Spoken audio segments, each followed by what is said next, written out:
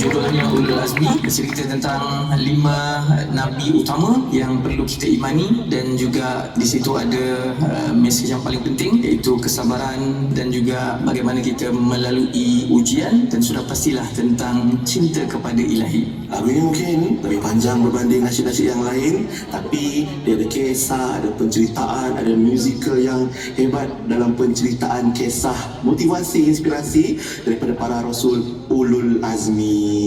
Terimalah Ulul Azmi. Salam dan sejahtera ke atas Nabi Muhammad.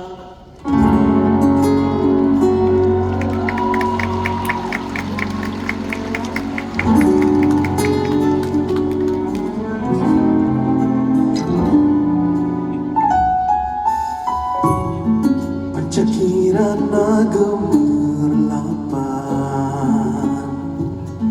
anugerah Malikul Manan,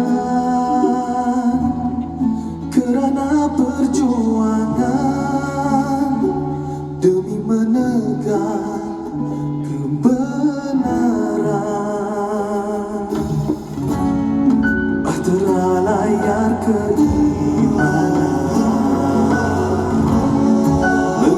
kemauan arah menghanyutkan raga waksanan apa yang kisah.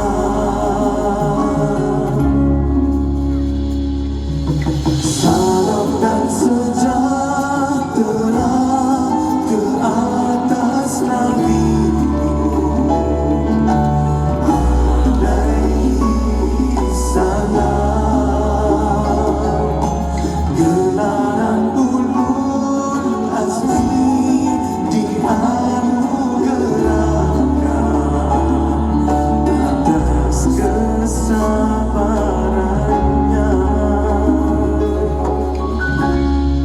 gunungan api nan membakar.